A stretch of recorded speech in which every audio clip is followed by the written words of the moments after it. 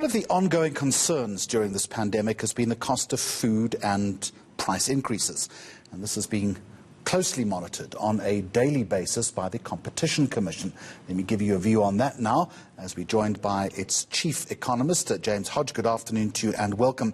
You did say earlier the Competition Commission said that it expects food prices to fall.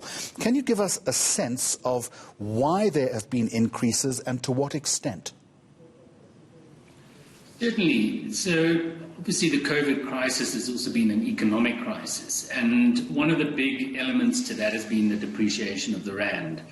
So it dropped by about 25–30% from February through to the end of April. And that affected all products that were imported, especially, I suppose, for consumers, rice, wheat, which goes into bread and flour. And then domestically, what has happened is panic buying in the early stages meant that there was a big surge in demand for certain products, key vegetables, eggs, and some of the dairy products as well. But as the economy has settled, as the global economy has settled as well, some of those are filtering out. So the rand has appreciated again. Some of the sort of export controls that were put in place in other markets to keep food for domestic use are now being opened up. And we're seeing now that even on fresh produce, prices are coming down domestically as things have stabilized.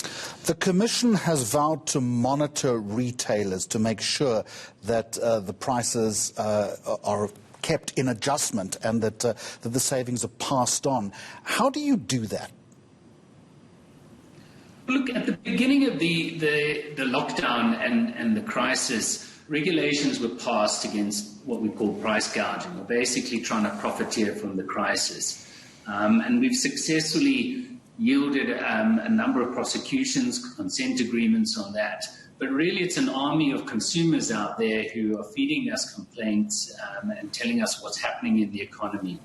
And so those complaints feed through to enforcement action. Now it's, I suppose, a slightly different scenario in the sense that now prices should be coming down, but that is a message that the consumers also need to understand and hear and see in their own shops. So maize prices, for instance, we've had a bumper crop, the harvest is coming in. Those prices should be coming down and consumers should be looking out to ensure it happens. So we have a big enforcement capability, but we also engage with retailers nationally and with food suppliers, with the CEOs, just to ensure that they are aware that these are the expectations and enforcement will happen if we don't see that. I wonder if I can ask you one final question, just on a slightly different tack. Competition authorities the world over are expecting to come under political pressure, and I would imagine in this country as well, to relax standards or controls when it comes to mergers. What's the position in South Africa right now? Are you reviewing your merger control procedures? Look, I think the first action we took fairly swiftly with Department of Trade, Industry and Competition was to try and prevent failing firm mergers.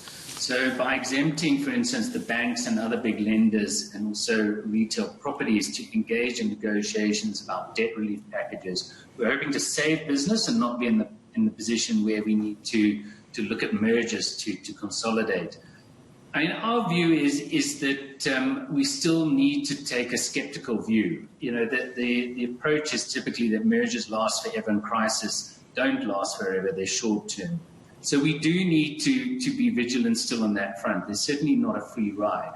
But obviously we need to take into account some of the public interest, whether jobs are being saved or whether even manufacturing capacity is being saved.